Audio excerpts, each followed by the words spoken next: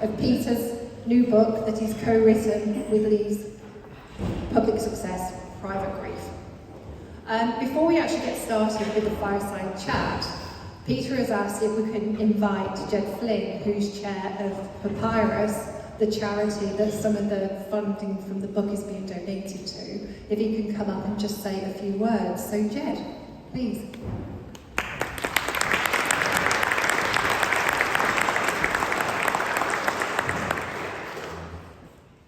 They say the most redundant question is, can you hear me at the back? And because we're in this hallowed space, I want to remind you of that story about the vicar who banged the mic and said, I think there's something wrong with this, and everybody said, and also with you. So don't do that to me. I have the privilege of standing here. I'm not the chair actually, I'm the chief exec. Our chair is here, Harry at the back. And I'm going to talk about something quite difficult to start on this lovely Cambridge Tuesday afternoon, which is suicide. Suicide kills our young people more than anything else. I didn't know that before I took on this role at PAPYRUS in 2010. It was then, and it still is. But suicide is preventable. We should build a society where young people find it possible to reach out and find quality care and support to get them through any crisis. And that's what we believe, and that's what we spend every day and every night trying to achieve. We can't do that without standing on the shoulders of giants. And most of those giants, sadly, have been touched personally by the death of a child to suicide. And it's they who are the leaders of this charity. I'm privileged to support that effort of people like this wonderful man here, who has just written a book, and I have to break a secret. I've read 2 of the chapters already because he let me have an advance view. I can tell you, it's not just a compelling read, but it gives me hope. And it talks about survival and recovery. So if you're feeling down in the dumps anytime, just look at that man's face and read the book.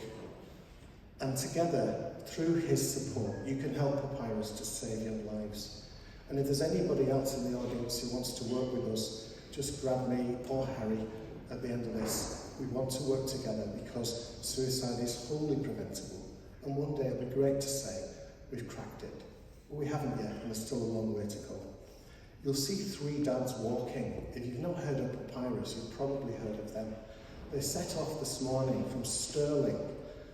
I was tired getting off the train from London, but they're going to walk from Stirling to Edinburgh. Harry, where are they going next? Newcastle, Hull, Leeds. They're bypassing Cambridge, but heading to Norwich. So if you want to see them en route, do go along and say hello. One of the things that they claim, and is right, is that by sharing their story, other people have literally come out of their houses to share theirs. And I think that's exactly, Peter, what you've done. You won't just save lives, you'll encourage people to find life in the darkest moment. So on behalf of PAPYRUS, thank you so much. And thank you for helping us to save lives. Thank you.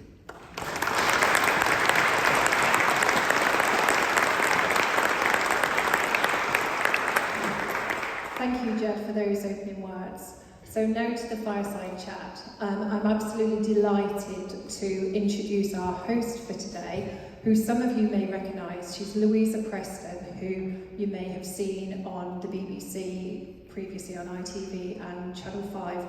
She's a very recognised presenter, journalist, so we're thrilled to have Louisa here. She still works as a freelancer, as a presenter and journalist for the BBC, and she also runs her own company called Composure Media. So we're absolutely thrilled to have you here, and Louisa, over to you. Thank you very much, Faye, and what a pleasure it is to be here. And just to let you into a secret, I have interviewed Peter on the BBC, haven't I, Peter? You have, that's about 8. In fact, the night before the first book launch, remember the first book launch, some of you, Investor, the night before I was on. Nothing to do with the book. No, nothing to do with the book. So thank you very much, all of you, for joining us. So let's get going. Let me check the time. I know how long I've got. Not long enough, I don't think. But now, most people here this afternoon will obviously know you, Peter, through your very successful career as one of Europe's best-known angel investors, and from and the many companies that you've founded and invested in. But not everyone will know about the tragic events you've had to deal with in your life, and we're going to be talking about some of those events. Difficult topics, as we've already heard about, suicide, alcoholism, and your cancer diagnosis. But we believe it's important to talk about those things, and that will help others as well. But let's start by talking about some of your career successes, which I'm always very interested to hear about. It really has been quite a journey for you, the last 68 years. You don't mind me divulging that. Let's start by asking what first inspired you to be an entrepreneur. Yeah, a couple of things really. Three things. One, my father was a dentist, and so he's running a small business, a small service business, where the accounts were done at home by my mum. So I saw hiring and firing and marketing and so on. Secondly, I worked when I was in Australia in my gap year for a guy that became extremely famous as Richard Branson, a guy called Dick Smith. And anybody who's ever lived in Australia will know that name. He's a famous explorer and entrepreneur. And thirdly, because I actually had a little business here at university. And tell me more about that. I was going to say, what did you learn from your first business venture? Tell me more. A lot, I know. I think there are only two people in this room that might remember that, actually. Ruth and Mike. A guy called Chris, who's not here unfortunately, and I bought a travelling discotheque for some veterinary students, and we ran it for a year and then sold it together. And during that time I learnt about difficult customers. We had the police called for at one point, for instance, for being too loud. I learnt about technology a little bit. I learnt about buying records, playing records, marketing, sales, etc. So it was a really useful introduction. We earned less than what the minimum wage would have been in those days, but we didn't have to drink a lot. And isn't it amazing when you look back on your career and you sort of think, there's nothing to lose at the beginning, is there? So really no fear. Exactly, yeah, there really was nothing to lose. Well, obviously what I will have lost is some time spent doing academic stuff, but I got away with that one, so. But no, there's nothing at that point at all. It's later in life, and of course, as you get older, and there's an entrepreneur in the room here who starts in his late 40s with a family and a mortgage and everything else, much more to lose at that point. Yeah, exactly. You've had so many successes. What stands out for you in particular, though? Well, there's all kinds of definitions of success. I measure it really by the people that I work with at the time. So James and James are both here, James Hyde and James Strachan. Certainly James Strachan's here, I'm not sure if James Hyde is. David Buxton. These are the people I've helped by being close to and building the businesses. And in both those cases, successfully exiting them. In Gordon's case, worked with him all the way through to an elegant failure, but I still learnt a lot from him and hopefully gave a lot to that. So it's the people that matter. Now, financially, also, as many of you will know, I have had some success. I think I'm a pretty mediocre entrepreneur, but I actually have been a very successful angel investor. And one of them returned over 100 times what I put in. I know, very impressive indeed. What are you most proud of, though? I'm proud of what I've given to these people. I'm not proud. Some people call me a super angel, and I hate that term. It's not to do with financial success. Obviously, an angel doesn't want to lose money at the end of it all. They're trying to at least retain their stake and get a return on it. But it's the time I spent with the hundreds, maybe 1,000 entrepreneurs over the last 15 years. That's what is my successes. It's given you so much, hasn't it? It is. It's enthusiasm, the passion they give, the fact that the generation are more younger than me, keeping me young, the things I learned from them. So that just covers a snapshot of your business success, and is one half the title of the book, Public Success, the other half, Private Grief, and that's what I want to explore more with you now. We know you co-authored with your wife, Elizabeth Bloom, who is sitting there, and I'm going to be speaking to you later on. But let's talk about your personal life. It's absolutely fabulous, Peter, to see you looking so well. Wouldn't you agree, everybody? I mean, doesn't he look so well? Because many of you in the room will know that just over 2 years ago, Peter was diagnosed with an aggressive form of cancer. But since then, he's run 6 half marathons. That deserves another round of applause, everybody. Camped on the Antarctic Peninsula and done a number of other trips. And I know there's one coming up in the next few weeks, which I'll mention again later. You actually start this book, and can I just say, I'm looking rather tanned because I've just returned from Thailand, had a lovely Easter break, And I read this book literally in a couple of hours on the flight out to Thailand. That's how much it gripped me. And you start the book by recalling that moment when you were given that diagnosis. How did you cope in that moment? With great difficulty, primarily because of the love and support of the people around me, particularly Lise. It was when you're given they didn't tell me at that point what sort of cancer it was, nor whether there was any treatment for it. So when you're told it's stage 4, you immediately think, goodness me, I've only got weeks to go. And in my view, in my mind, I only had 4 weeks to go. So you can imagine the sort of level of panic that was setting in, trying to get all my affairs in order.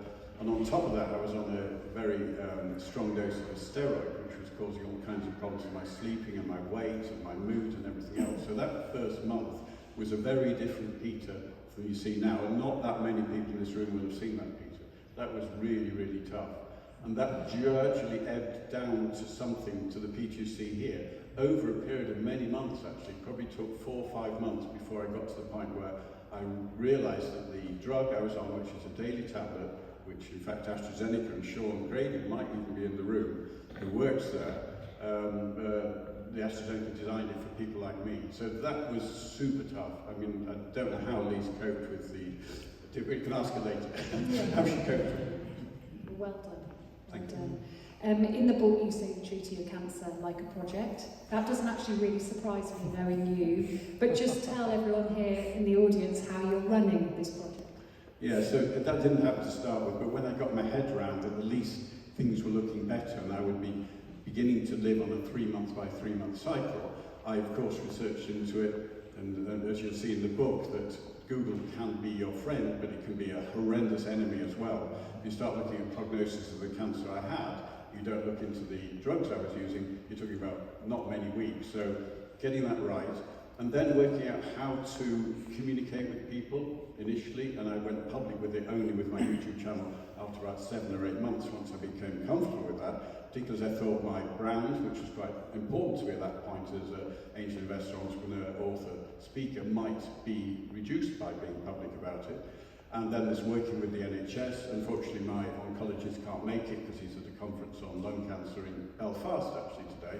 But working a relationship with him and the rest of his team. So there are a number of elements of trying to work out communication, coping,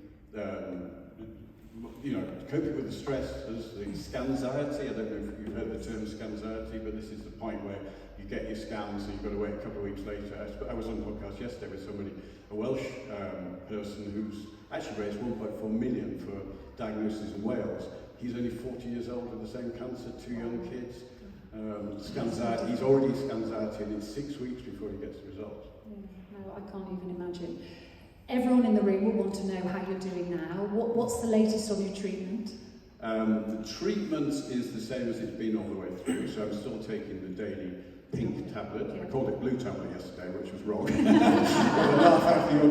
It's a pink tablet.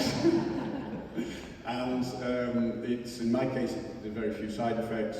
It's keeping the cancer at bay. I'm not in remission. The cancer is being kept at bay by this drug. Now, as some of you know, it mutated in the middle of last year. Luckily, it was close enough to the surface in my hip they could use radiotherapy. So I'm still in the same state. And in fact, the recent scans showed that the bone in my hip, the tumour was about 55 centimetres across. The bone is regrowing inside that tumour. Fantastic news. Well done. Thank you, Peter, for sharing all of that. You say in the book that the cancer is easy compared to some of the other challenges you've faced in your life. You've gone through so much grief, losing your younger brother, David, to cancer. He was only 21, wasn't he? And obviously you describe in the book the unbearable pain of losing 2 of your 3 sons to suicide. Many people in this room will obviously remember Alan, your youngest son, and his death back in 2022. It was felt very deeply by this close-knit community here in Cambridge that we have. But some may not know that 13 years earlier you also lost your middle son, Ian, to suicide.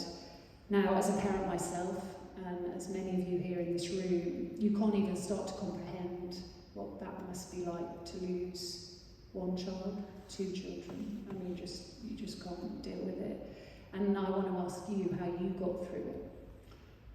When Ian died in 2009, in fact, as you'll see in the book, the police rang up and said they'd found a body and they thought it was his. It was appalling times. And I got through it partly by the fact that the police at that point still suspected foul play, but couldn't get enough information. He was living in Glastonbury. Glastonbury's a very closed community, and so I spent a lot of time working with the police, alongside the police, and to some extent outside what they wanted, to track down the last people that Ian had spoken to. So that kept me busy. I also kept busy with what I was doing here in Cambridge. I don't know if Rachel's in the room, but the following day I actually went to a meeting, so this busyness is really important to me, keeping myself... And you've been like that throughout your life, haven't you? Just busy, exactly, busy. Yeah. And so gradually I built up a picture of how, as far as I could, and I worked out in my own mind the why. Now, there was no note, so we'll never know exactly why, but together with those things, the how and the why, I then created a narrative, and that narrative I then placed in a box, in inverted commas, and tucked it away inside myself, which I can open and visit, but it got to the point where my grieving wasn't showing on a daily or weekly basis. So it doesn't consume you. Exactly. And obviously then with Alan? With Alan, of course, that's much more recent. It's only 18 months ago. The how and the why, there was more information about, and so I generated my own narrative more quickly. And then packaged that up. And I did that partly because I knew more, but more importantly because I knew I've only got a certain amount of time left, and I didn't want to. With Ian, it took several years. I was psychosomatically ill, and it really took 3 or 4 years. I didn't want that to happen, so I could say I pushed through the speed of grief, something I'm sure a therapist would hate me saying, but I did that to the point where I could carry on with my life.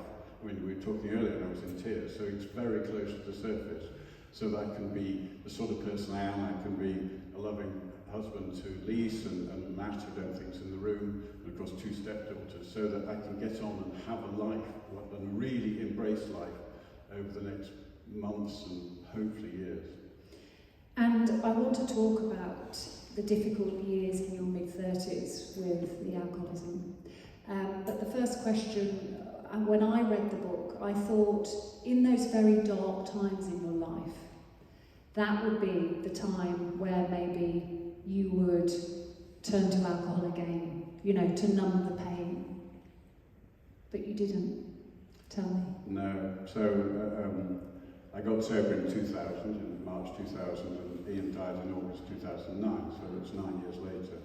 And at the time, I immediately thought a drink would be the right thing to have because of the anaesthetic effect, but also at the same time, I've always got a clear picture of what it was like when I was drinking alcoholically and how much chaos there was in my life and how little I would do to help others, the other people around, his 2 brothers, Alice and all the other people in my life.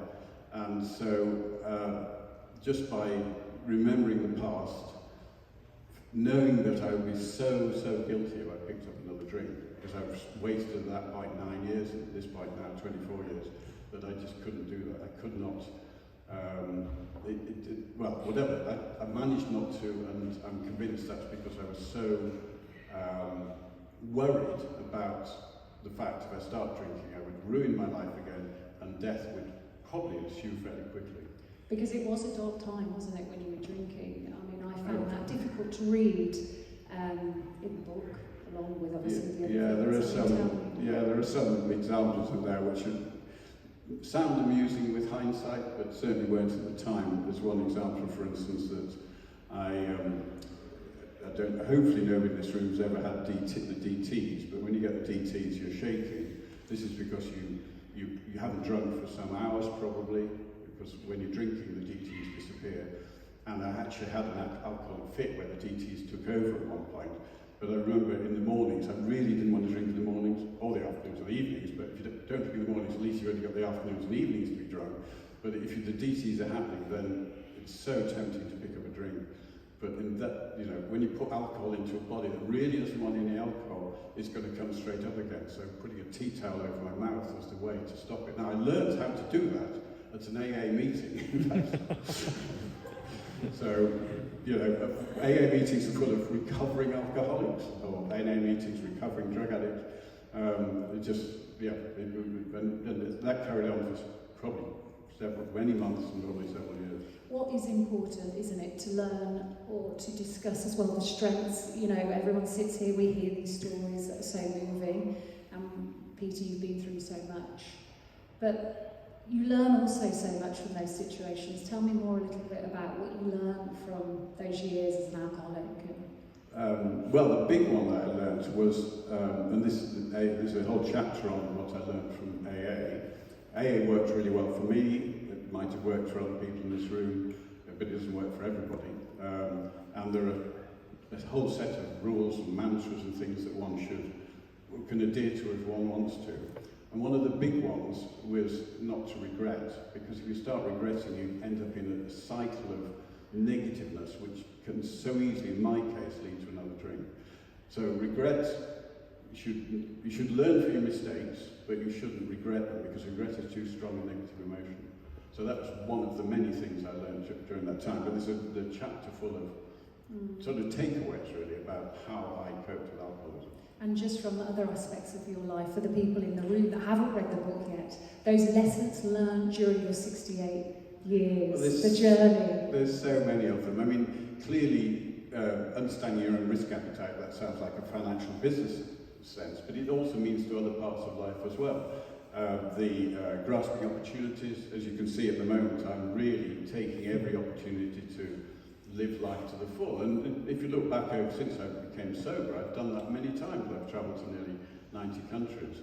So spending time with the right people, you know, I'm a very extrovert person, and a lot of what I have learned to share with others has been based on communication, spending time with others. And I know you're very passionate. You've said it during this short chat that we've had, how you are passionate about helping other people. And that's probably why you wanted to write this book. Yeah, so initially with the charity work I did, and then with all the entrepreneurial work, and then the first two books, which was to Scale Me. But this one here is what I believe, and of course, at least, is definitely confident in some way that I'm going to be living 20 years. And Robert Marshall in the room here said that I'll probably go bankrupt before I die. Hopefully Robert will help me out. But I still believe, because statistically I probably won't last more than a year, that it will be my final legacy. And the legacy is that I hope that by being brutally honest, as somebody said, about what I've been through and how I've coped, that this will inspire others in all kinds of different ways, whether it's suicide, which I hope nobody will go close to, or it's cancer, or it's alcoholism, that people will be inspired by my journey. And if you were to look back on your life, the younger Peter, what advice would you give yourself? Oh, the final page or two of the book is exactly that. So I did something called Dear 29-Year-Old Self, which was a CEO, which is online, and many people would have read that already. But the back of the book is the Dear 19-Year-Old Self, what you want, I'm telling myself as a late adolescent. And there's all kinds of things like picking up running earlier, not starting in my 60s, and obviously understanding that alcohol is poison, and not, you know, but poison for me, because genetically I suspect I've got some sort of addiction gene. Well, that's interesting, isn't it, as well, because your sister was an alcoholic, wasn't she? Yeah, she died when she was 52 of alcoholism, despite an awful lot of attempts to help her. So you talk, you know, do you ever think about that? Could it be, is there a genetic link? I don't know. I believe there is. I mean, my sister and I both died of that. My mother, after my brother died, drank very heavily for a while. One of my uncles spent many months in rehab, so I'm pretty convinced there is a connection there somewhere. I just want to say thank you to you, Peter, for being so open and honest and sharing so much of your story. I think I speak for everyone as we wish you well on your next adventure. I know where the next adventure is. In a few weeks you're off to the US hiking. Not in a few weeks, in 8 days. Oh my gosh, 8 days. So, Amazing. Yeah, so we have to start packing at the weekend. So we're away. We're hiring a motor caravan, or an RV as the Americans call it, and spending 5 weeks just slow travel around a small part of the US Rockies, just day hiking. So just living your best life. I hope so. Let's wait and see. Let's see what these things about us. Well, isn't that a great way of getting into Lise? Because I want to hear from Lise now. Obviously, you started writing the book on your own, and then Lise co-authored the book. Lise, tell us all what it was like to write this book with Peter. You don't want to hear it all, believe me. You really don't. Well, first of all, I wasn't sure that I was going to be able to help, because I thought I was a bit too close to the story and a bit Lise, too... actually, come up so everyone can see you and turn to the audience. I wasn't sure whether I was going to be able to help, because I thought I was going to be too close to the story and be too involved. It would be too difficult, and we'd probably be divorced before the end of it. So, but I very quickly began to see I had skills that were going to be really useful. So we started by doing a proposal together, because I could see Peter's writing. He's a man of facts and data and bang, bang, bang, bullet points. You can't do that. And of course, my background is in writing, in words. I'm a translator. So we started with that, and then we carried on from there. I ended up writing about 3 chapters from scratch myself, and the rest we did together. And it's not only... I describe myself as a cross between a ghostwriter and a very ruthless editor. We also did a lot of work as we went along, because, as I said, Peter's very factual, very data-based. So I had to keep asking him, yeah, but what did you feel? What did you think? Why did you do that? So we did, and some of those conversations became quite, well, they were very deep. We dug very deep, and they were very painful. But I think I learned a lot about Peter, and I think the book is much the better for it. So it was a bit therapeutic as well in the end. So in the end, I think we were actually, this particular occasion, a very good team. So. What was that? A marriage made? What was it? The marriage made in heaven? Well, for the book, it's a marriage made in heaven. The rest of our marriage is made on earth. Thank you very much.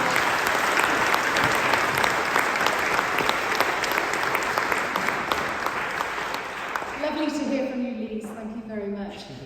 I'm sure there are many questions from the audience, questions that you want to ask Peter. So over to you guys. If you've got a question, put your hand up. We've got a microphone there at the back. So, question for Peter from anybody in the audience? Yes, the lady there.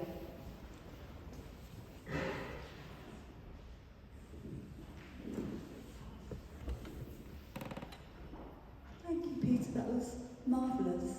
I wanted to ask, what's your true definition of wealth? The true definition of wealth, or the definition of true wealth? You can choose. I can choose. The true definition of wealth.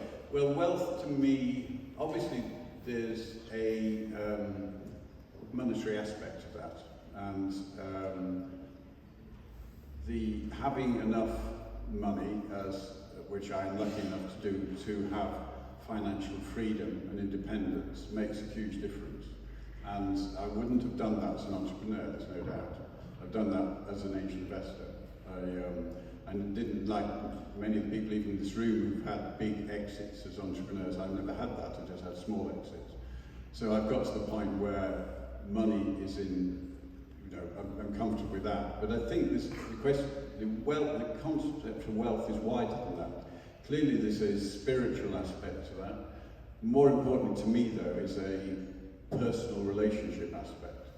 Wealth to me, or comfort or being satisfied with my life is only possible if I'm surrounded by good friends, good family and good friends. So I would define it as the money side of it being comfortable, but the rest of it being the people around me, including you, Sue, of course. Thank you, Sue, for that question. Another question from the audience? Andrew. Yes, thank you, Peter. I'm looking forward to reading the book. My thinking about what you've been through with suicide, me knowing Alan, really hit me as well about 18 months ago. I I'd like to understand a bit more about when you talked about why your children did what they did, because what I see now with my teenage children, the pressures that they're under these days, what can we do as parents to help with that why? Yeah, so I'm going to split that into two parts. The why for Ian is expressed in a lot of detail.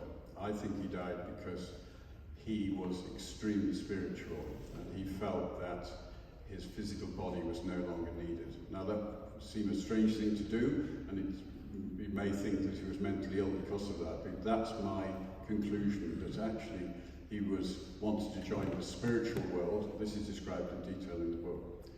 In Alan's case, I can't say, because there are too many people grieving still who will have their own narratives, and people in this room who knew him well will have their own narratives, which will have lots of questions around it. I have less questions you have because I've got more information. I was at the inquest, for instance, but I'm not going to talk about it. I'm not going to talk about that narrative at all. To come on to the other part was what you can do. It's really Ged that should be talking about that. You know, perhaps do you want to say something about that, or Just come and make contact with PAPYRUS and we'll take that forward. So Andrew, did you hear that? PAPYRUS. Make contact with PAPYRUS. There's huge amounts of resources, both on the site and by talking to people. So yeah, I'll leave it at that. Just go to PAPYRUS. Thank you. Thank you very much for the question. Another question from the audience? Two together, James and Harry. Thanks, Peter. You draw a through line in the book between the obsessive way you approached alcohol and the obsession that carried you into just being incredibly busy in life. Do you think do you think obsession is an underlying quality that kind of drives both of these things? Yeah, is it a quality? That probably depends on one's viewpoint. I mean, clearly, if it is addiction, it is an addiction that leads to the level of alcohol in my case, or drug taking, or even eating disorders. But is being obsessively busy positive as well? In terms of what I gave to others, probably. In terms of what I had time for, found it possibly not. That's a very good question. So I would definitely say an obsession isn't, by definition, a good thing to have, and most of us people in this room won't have an obsession. Well, maybe you have minor ones, but not maybe to the level I had. So no, I would definitely not think it's a positive thing to do. I happen to redirect my obsession from something that was desperately negative, i.e. alcohol, into something else, and then also used it when the grief got so difficult in the deaths, particularly of my two children. Exactly. Keeping yourself busy helped you, because it was something, just be busy all the time to take my mind off those awful things that I don't want to think about. Yeah, and I think you probably, to answer James, I was obsessively busy. Yeah. Thank you for that question. Hello, Peter.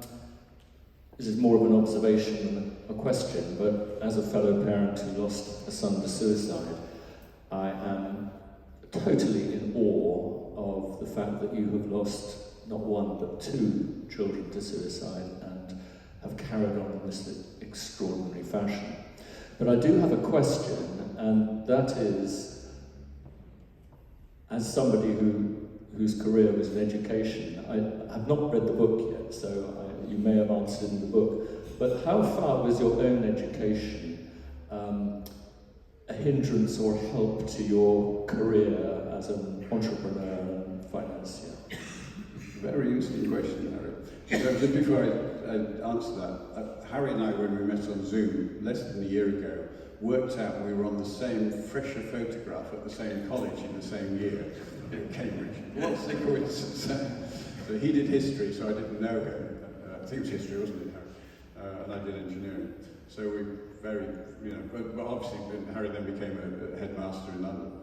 So how useful was my degree? What's important, I think, is that it taught me how to learn. Now that might have been inherent, but I suspect it was the education system that did that, particularly in tertiary education. And entrepreneurs, as all the entrepreneurs in the room I backed, know that very keen that they are super curious, that they're learning and listening to everything around them, you know, whether it's the market or it's the technology or it's the competition or whatever. That's a really important part. So I think the fact that the degree I got, which was engineering and computer science, had some relevance because I was interested in them, but I'm not convinced that I would necessarily need to have come here. And it's certainly true that good entrepreneurs don't need to come from good universities. Does that answer your question? Yeah. Thank you. The lady at the front here, please. Yeah, Just had a...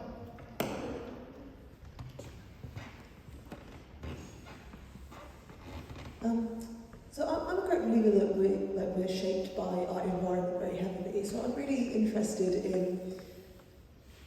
in those dark times when you were surrounded by grief with, you know, loss of your 2 sons and your mother and your brother, and you know, all of the stuff that you've covered. It takes an awful lot of energy to dig deep, to not, I guess, get consumed by that and influenced by that. You know, I can imagine, you know, when it's very common that when one family member dies or commits suicide, the other one will follow. So I'm interested in what was the thing that kept you going? Where did you, you know, was it a certain belief? Was it a certain community, a person, an idea, a dream? Yeah. You're talking about in terms of me giving up myself, is that what you're implying? Yeah. Yeah. That was because I had people around me had too much to lose. I don't know if you've heard it said, but they say that suicide is the most selfish thing you can do, because if it's a successful suicide, that person is dead. It's the people around, the survivors, are suffering. And I would never, ever been able to do that, to take my life.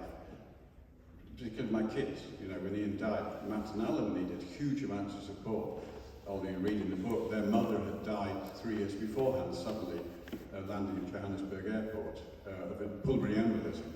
And so they needed even more support once Ian died. So I had to be there for them, never mind Alison and my stepkids and, you know, other people. It was definitely, that's why the only time I did feel like that, as you read in the book, is at the point where my alcoholism was so bad, I really believed that death was a better option. We've got time, thank you very much for that question. We've got time for one more question, please. There's Gordon there.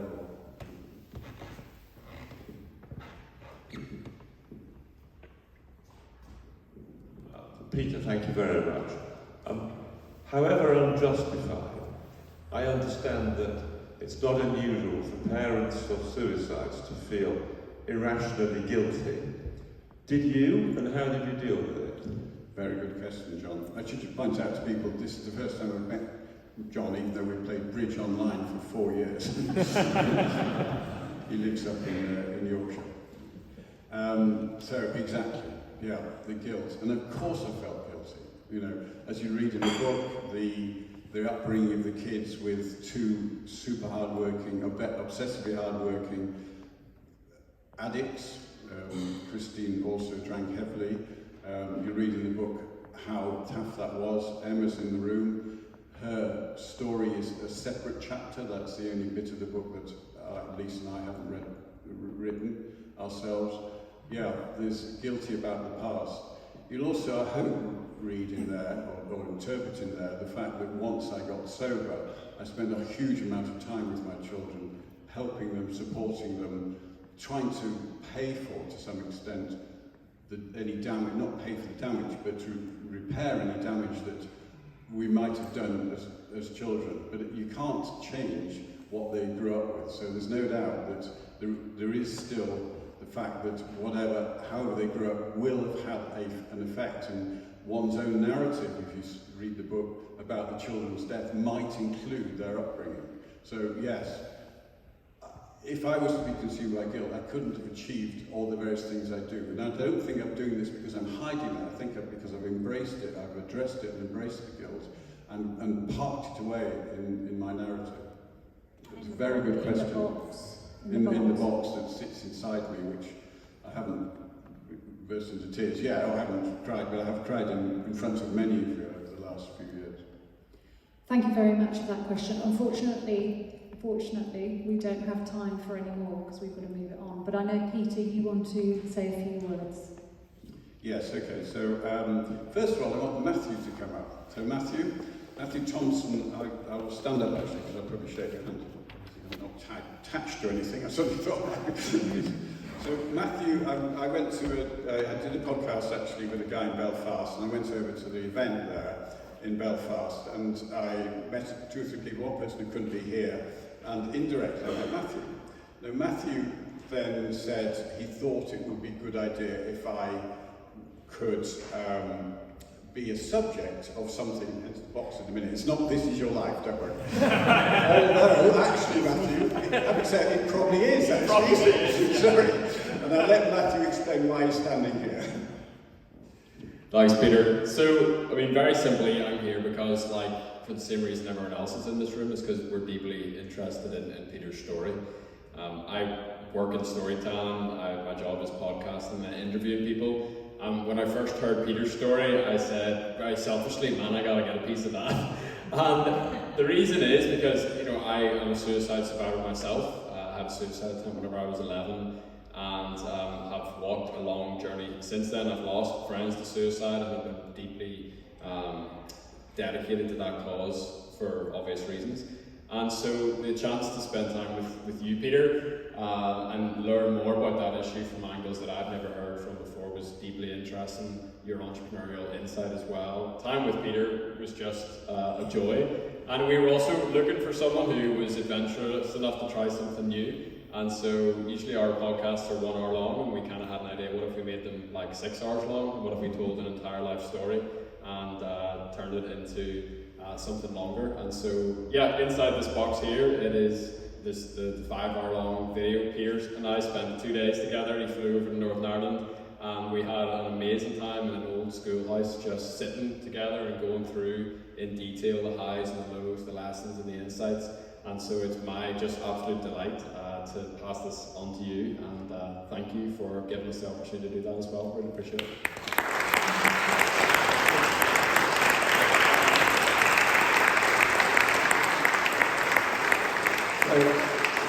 Thank you very much, Matthew. You will actually see some of the clips of what we did, because Matthew's turned it, or his team have turned it into a number of shorts. We're going to use those as promotion for the book over a period of time, over the next few weeks with Faye's help. So thank you very much, Matthew. Thank you for doing that.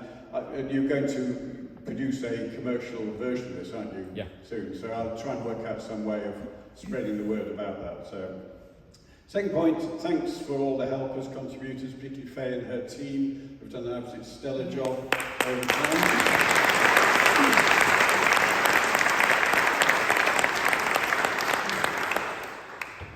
And of course, Delise.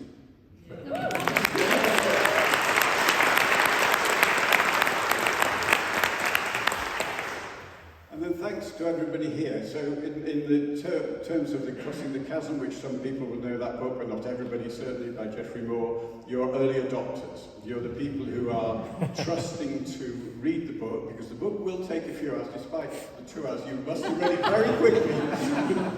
But let's say, there's somebody in this room who would have read Amos who said he read it in a bath, a single bath. I assume you put the hot tap on occasion. Somebody who has cold baths, maybe, I don't know. Anyway, but the important thing that you can do, apart from thank yourself for coming, is to spread the word.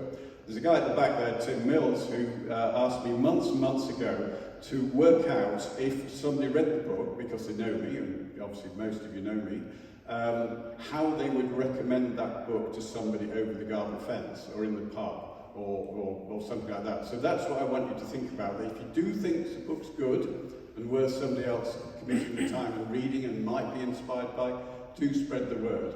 So that can be done verbally or can be done by social media. So the embargo, I know you've already got a book which was under embargo. That embargo is now over, so do spread the word. Particularly once you read it, then you can make some comment on it. If it's crap, please don't spread the word. It's not crap. So thank you very much. And the other one that you're you can help with is that we're doing a second print run at some point. We hope we've got a couple of hundred sitting here, and there's 500 in Amazon which are gradually being ordered. We want to put some citations on version 2 of the book, or issue 2 of the book. So if you've got anything pithy you want to say, there's a couple of citations on the back. Is Chris Smith here? No, he's not. So there's a citation for him. His citation, which I can't remember word for word, is something like, the chapters on alcoholism are essential reading from any medical student. This is the depths down, what an addict actually behaves like. Maybe that's true or not, or we've just got a medic there shaking, nodding in agreement. So, and finally, and this is pretty tough. You are all aware, I presume, or I hope you're aware, I'm going to tell you now, that I would not have written this book if Ian and Alan had still been alive. So, really, dedication is to them.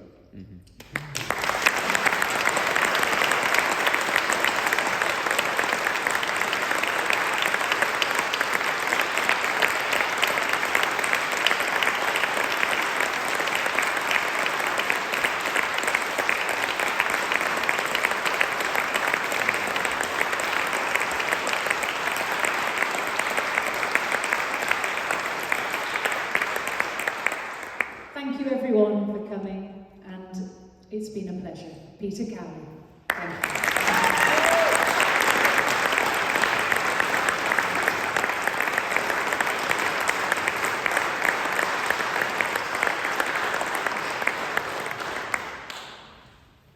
Right, so Lisa and I will be at the back signing. Microphone, sorry. Lisa and I will be at the back signing. Can I just ask one other thing, which I'm pretty much an arch networker, if not an archangel. Do speak to somebody you don't know. You know, please just speak to somebody somewhere to say hi. It might be interesting, you never know. Thank you.